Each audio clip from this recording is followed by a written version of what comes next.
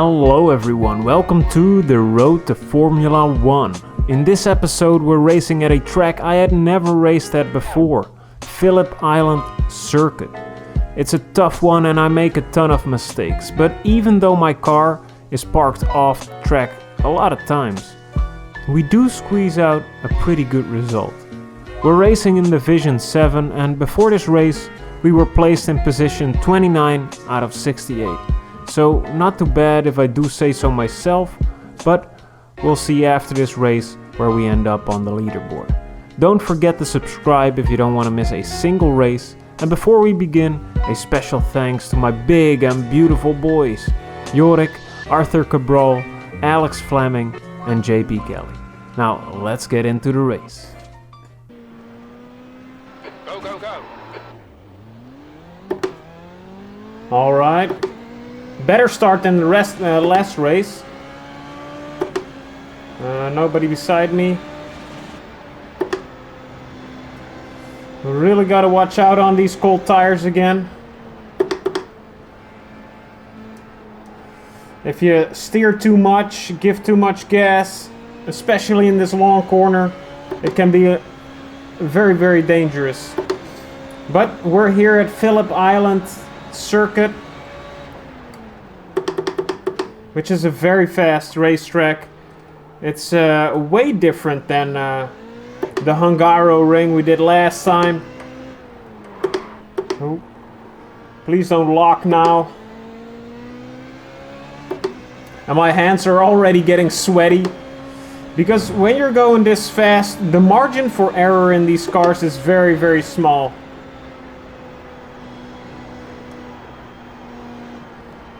And the track limits, they're not very, you can't see them very well because it's such a hilly landscape here in Australia.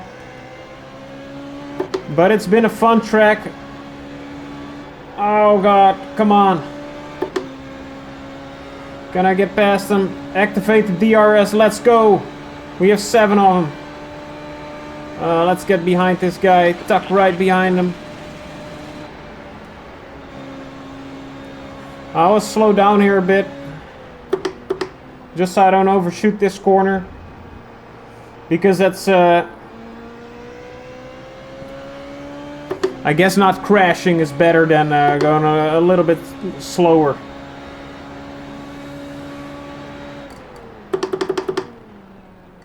What was happening here? Ooh. Ooh, I have often spun out when one of my wheels is on the curb there, and you give a little gas, then you're backwards, and that's the last thing you want. This is one of the hardest corners of the circuit, I think. At least in practice, I got it wrong the most times. But let me know if you're enjoying this series. I hope you are. Oh yes, look at this. This is some slipstream, baby. Left side. Still there. Hold your line, clear left. Oh god. Oh, come on, buddy. Oh! Oh, I felt it slip in there. Hold your line. Oh! Please overshoot the corner. Left side. Clear left. See you later, Max Verstappen. Oh, I like that. I like that very much, but my hands are getting sweatier and sweatier. My sweaty gamer paws. Oh, Lord. At these speeds, it's just so fantastically invigorating. Is that the right word? It's just gets the blood pumping.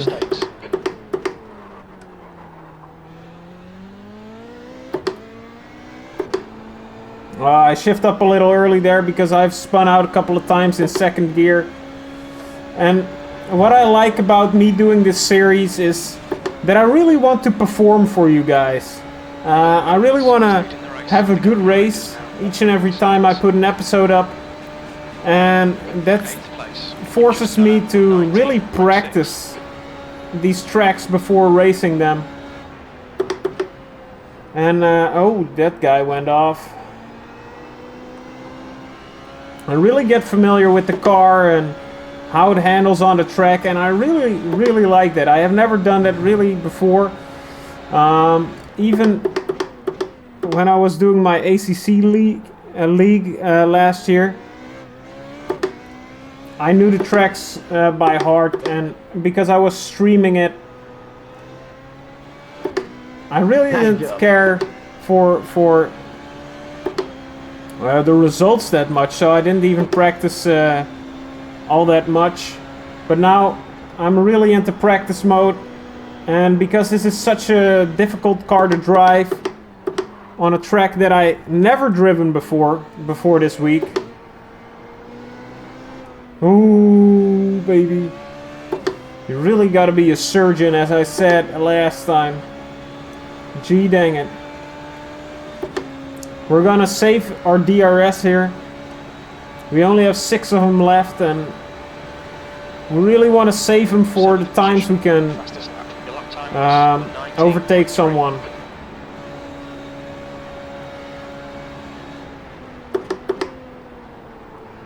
Alright, that's good. Increase the throttle. Yes, baby! Oh. So, as you can see behind me, there's a little bit of a Christmas tree already because it's Christmas time. And that's one of the topics I also wanted to talk about today. Not really Christmas, because Christmas is such a fun time of year, I think. With the Christmas Carol. I've actually read the book this year in Dutch. So it was I think it was a book from the 80s or something, because it was sometimes in a form of Dutch I really couldn't comprehend that well. Like words you don't really use anymore. So maybe it was a literal translation of the Charles Dickens classic of Scrooge, Ebenezer Scrooge, being visited by the 3 ghosts. And it's such an interesting book. I never really read it, of course, and each year you see a variation of A Christmas Carol in a movie, and they're probably making new ones as we speak. But one I love. There's actually 2 forms of A Christmas Carol that I really love, and the first one is I think a Muppet Christmas Carol. It's so good. But I am a big sucker for the Muppets as well. So it's a long time I've watched it actually, but I know that Tiny Tim in that movie is I think a little Kermit. And it's very cute, and I had to cry because Tiny Tim is just such a sad character. Oh jeez, please don't rejoin. No, oh baby! Oh, gee dang it. That gets the blood pumping as well.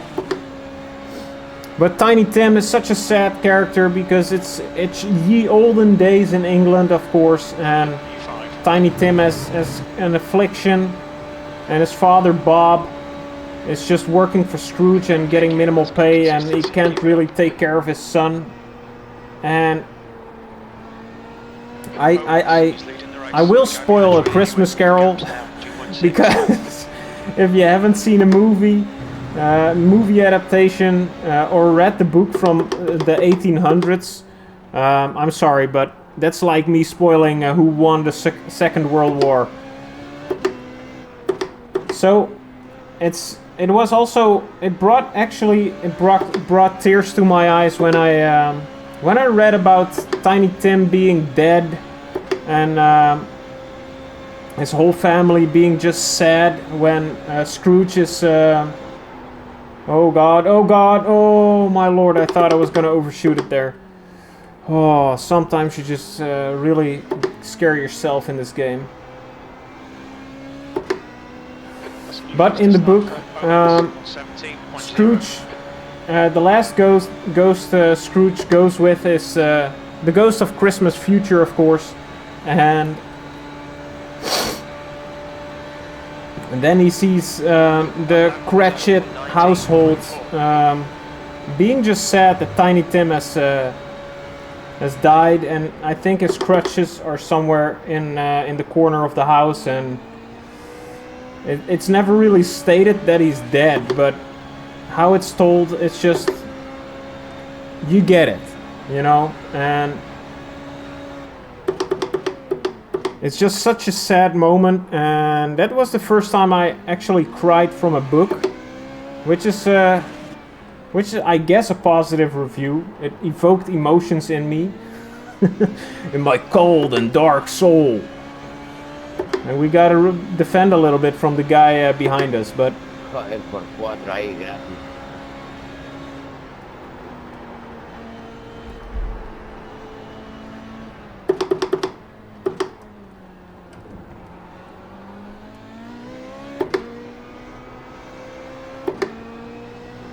Alright, that went very good.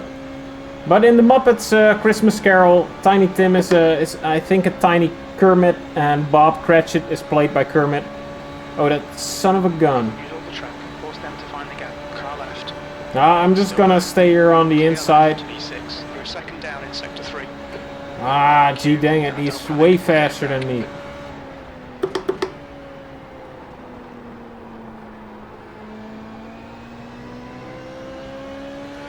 But now I can slipstream him.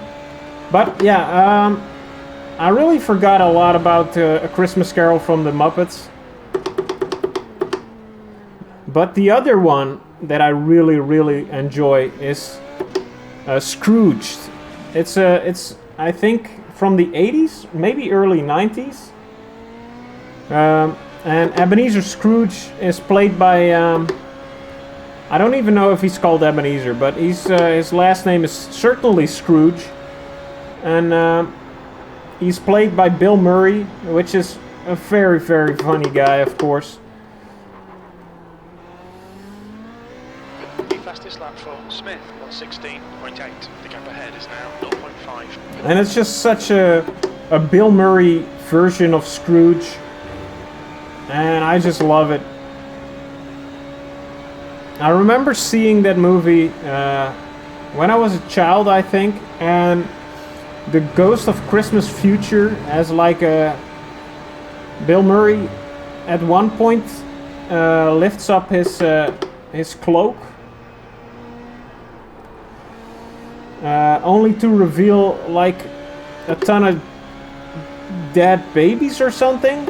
It's really, really creepy. And that scarred me a little bit when I was a child, but I watched it a couple of years ago with some friends, and it was so fun. It was just such a fun movie. But how can you go wrong with a little Bill Murray? Am I right? Leave an auga in the chat if you like Bill Murray as well. I want this position back, by the way.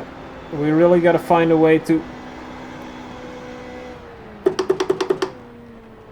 Ooh.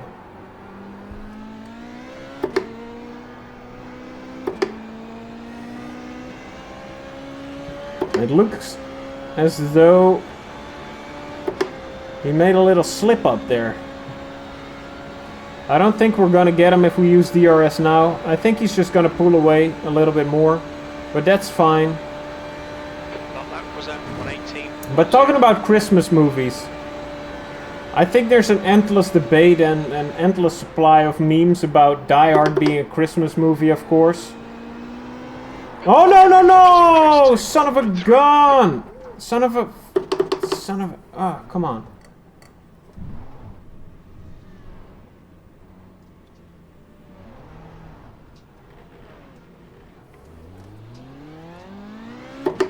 Ah, that never happened to me before. All because I had to start about Die Hard. I get it. I was in such a good position there. but we didn't crash the car. And this is something that happens as well, and you got to deal with it. Am I right? And that's a very good case of how fragile these cars are, how precise you got to be with your inputs. But as I was talking about Die Hard, let's see if it spins out again. No, it doesn't. It was my own fault, not Die Hard's fault. Whether or not Die Hard is a Christmas movie, I really like to watch it at Christmas because it's got Christmas music in it. And I've watched it on Christmas so many times that it's just become a classic for me. Ah, gee dang it, 9th. That's not good. Maybe somebody else has an accident as well.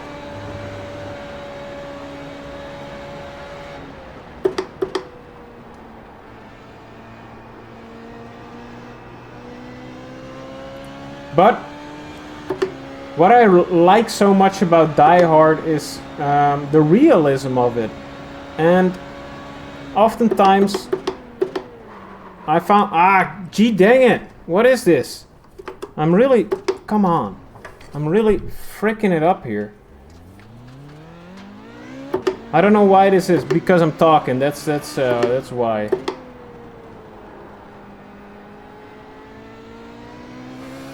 Alright, let's get focused again. Because this is just a mess. This is beginning to look like a certified mess.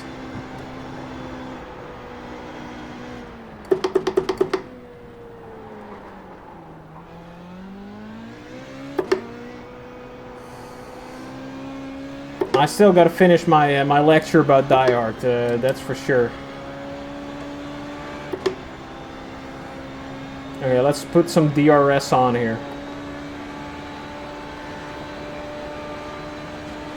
Look at this, we're pulling closer to this guy.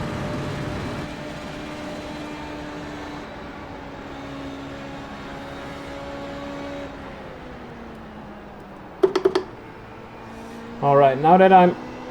No. I don't know if you heard that, but I felt the car slipping away there. If I didn't leave the gas alone, I would have been in a ditch again. Gee dang it. But Die Hard, what I like about it is the realism.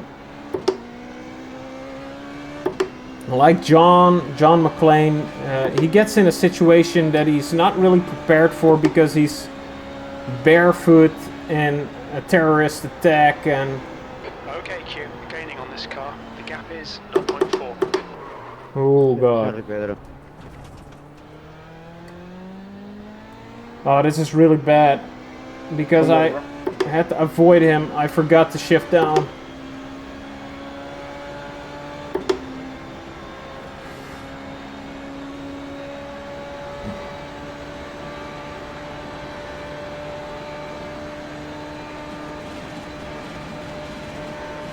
This guy is my DRS.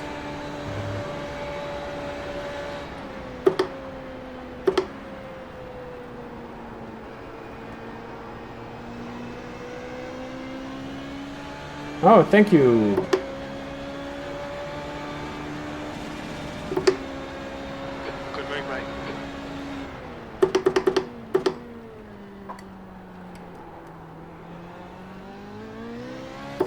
So where was I? Oh yeah, John McClane. He gets stuck in this terrorist attack, of course, and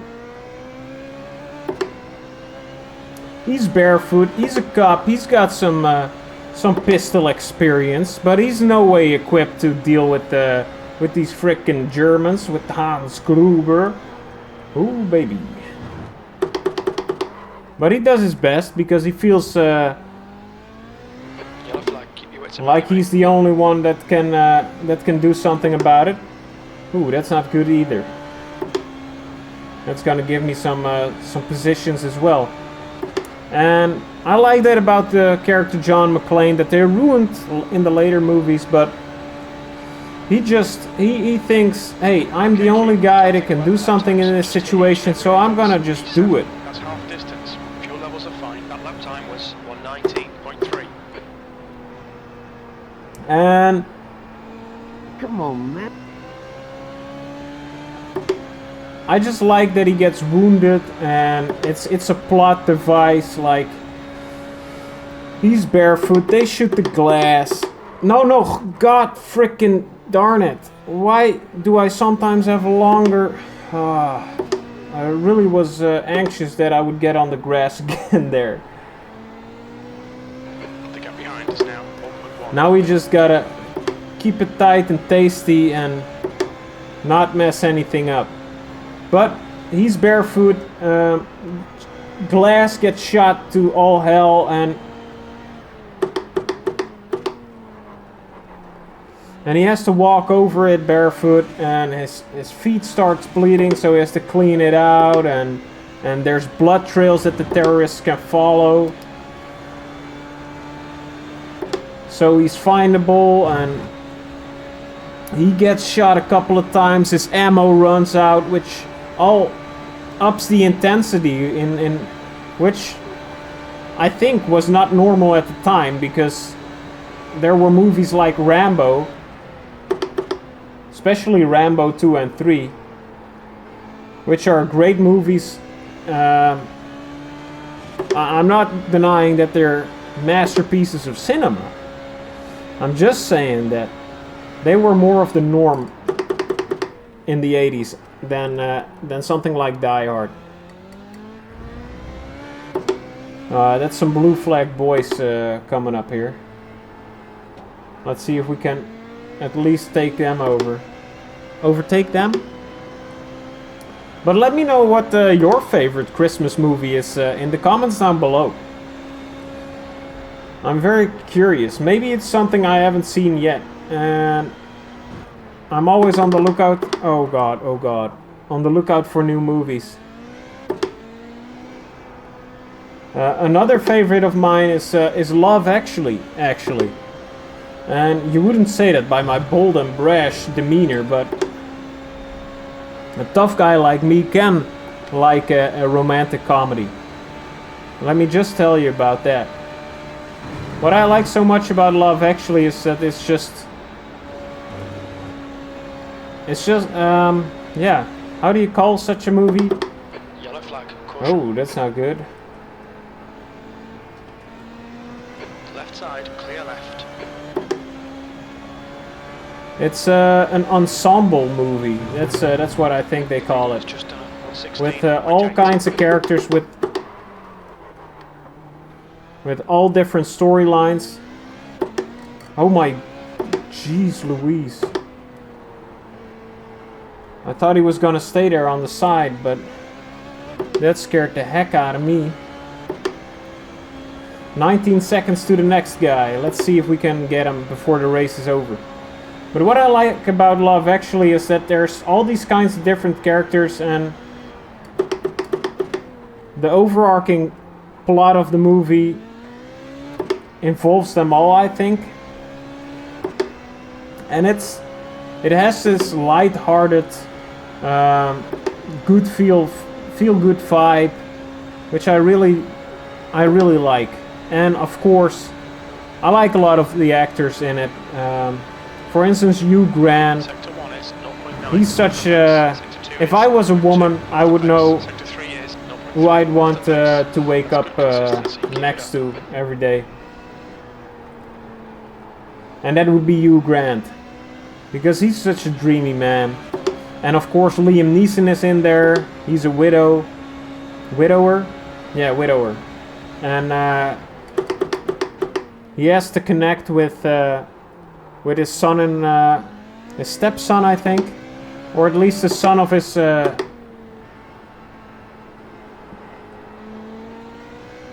passed away wife.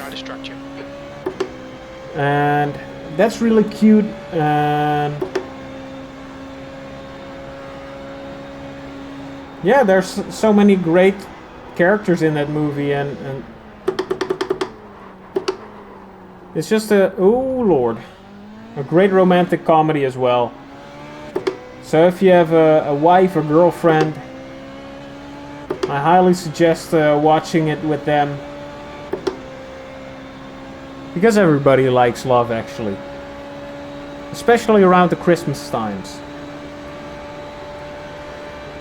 Let's see, 20 seconds. We're falling behind. I wonder how that happened while we spun out 2 times. The gap behind's increased to 10.0. We gotta just keep our head down and focus on this race, and we'll get it done. There's also a little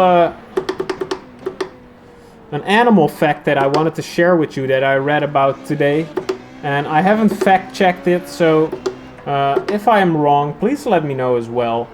But I read that coyotes,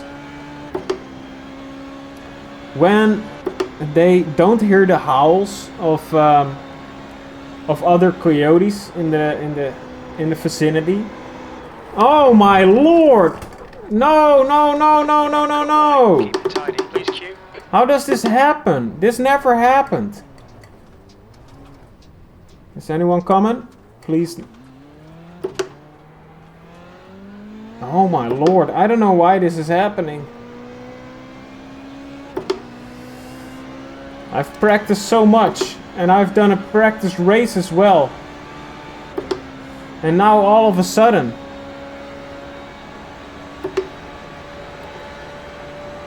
Car left. Clear left. I don't think so, buddy. I activated my trap card. DRS, that's called.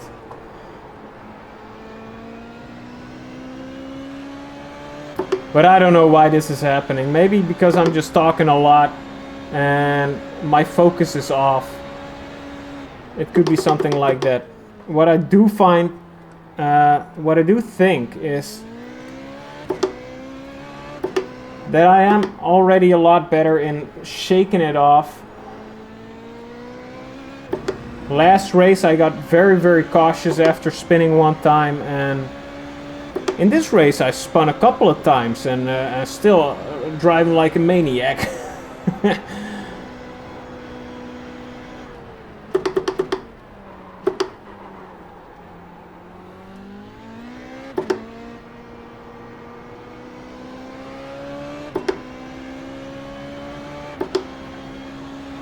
So yeah, where was I? Coyotes.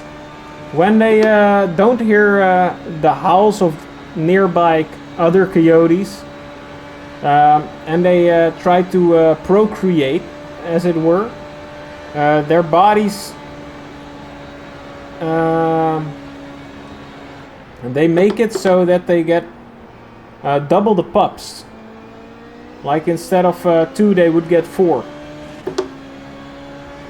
And I thought that was very, very interesting. A very little animal fact, little known animal fact that I really liked. And I don't know if it's true because I haven't fact checked it, but I hope it is true because it sounds like a very interesting fact. So, if you're listening to this, to my mad ramblings, please let me know if that's true, if you know it, or you can look it up, of course. The gap behind is now 1.1 seconds.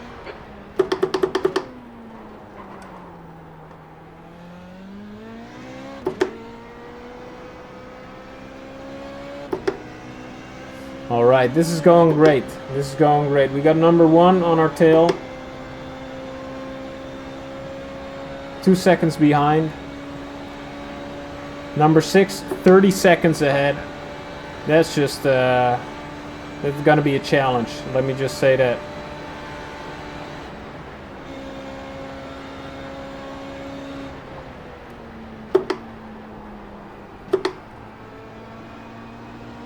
Oh, that was smooth. I like that. That felt good. I don't know if it was faster, but...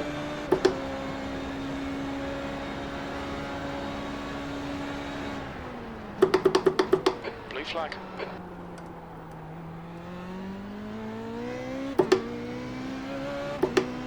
Let's just focus on the race and see if we can get something done here. Because I I feel like when I'm focusing on really doing well, things go better for me. Instead of talking endlessly about movies and stuff. Oh my lord, I wanted to give him... Oh, I hate this. I wanted to give him some space and... Blue flag. I fricked myself. That's what I've done. Well, that's a big shame.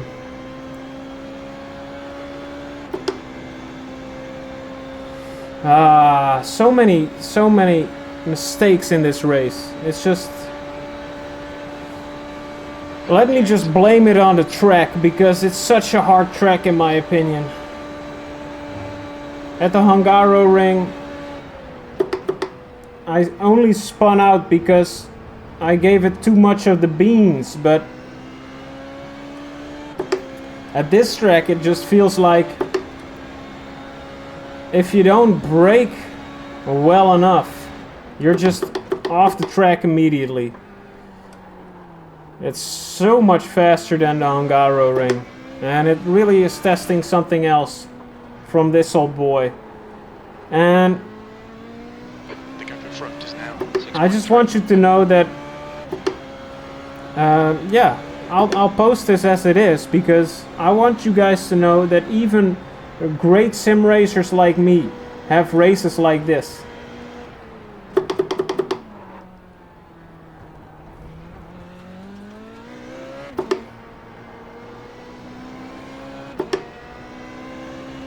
But it's all in the game, you know.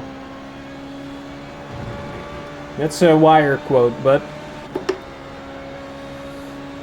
you cannot have every race be a magnificent piece of driving. Sometimes you just make more mistakes than other times, and you learn from them and you get on with it. That's good consistency. Keep it up. What I like with this race is that I make a lot of mistakes, but I don't feel anxious after getting back on track to make another. Smith on 16. And maybe that's the problem here. Maybe because I felt anxious last time, I didn't make any more mistakes. But I also feel like I was a lot slower after making just one mistake, and now I keep the pace up and I just get back in there. Like, what is the Frank Sinatra song? Frank Sinatra. That's life. I just pick myself up and get back in the race. That's life. Oh, Lord. Oh.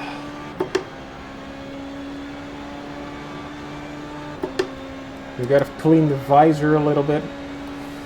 Do a little DRS. The gap in front is now. There's no overtaking action going on anywhere near here. That was at 118.9.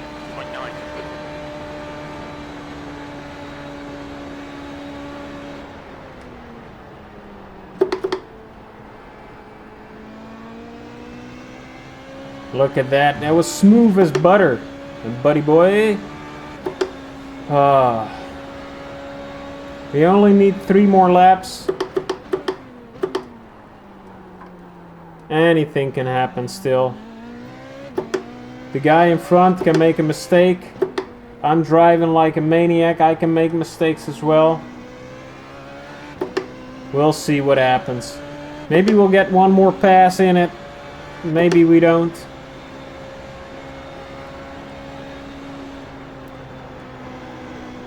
What I'm at least aiming at is not making another mistake. Not going off track, not hitting anything. That would be good. But this takes so much brain power, these races. Because you're so low to the ground and you activate a little DRS, and one little tiny teeny miscalculation. Oh my god! Oh. Like that, a teeny tiny miscalculation on where your tire is can just ruin your life.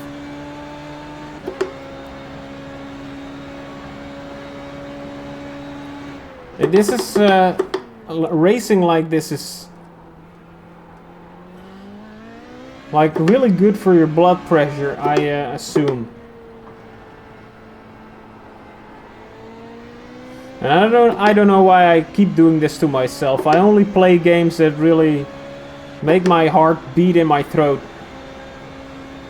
Let my chest explode.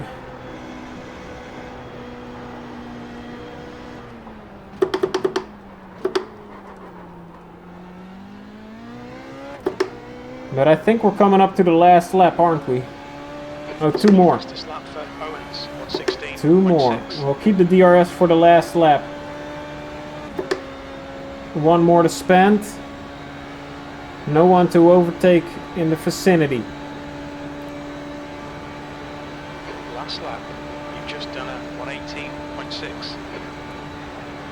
We'll keep away from that curb now.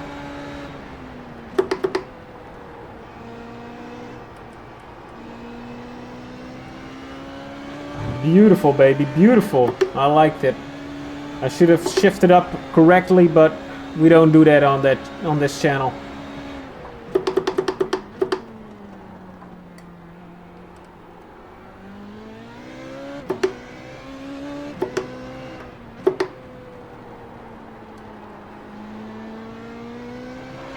Wonderful. And also, I got a new wheel, of course.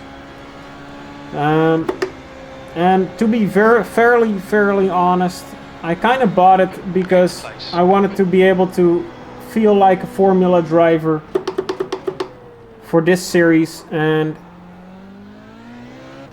I do like it very much, especially for a car like this. I know it's for a McLaren GT3 car, but because it's like half a wheel. Oh! This is already the last lap. P8, that's the end of the race. Oh, that's the end of the race. I forgot to use... Oh, man. I forgot to use the DRS. Well, that's what happens. Anyway, thank you guys so much for watching. I hope you enjoyed this fairly mistake-filled episode of the road to Formula 1. Let me know if you have any tips or tricks or any suggestions for the future. And yeah, thank you for watching. I love you guys, my beautiful boys and girls. I see you in the next video. Mwah.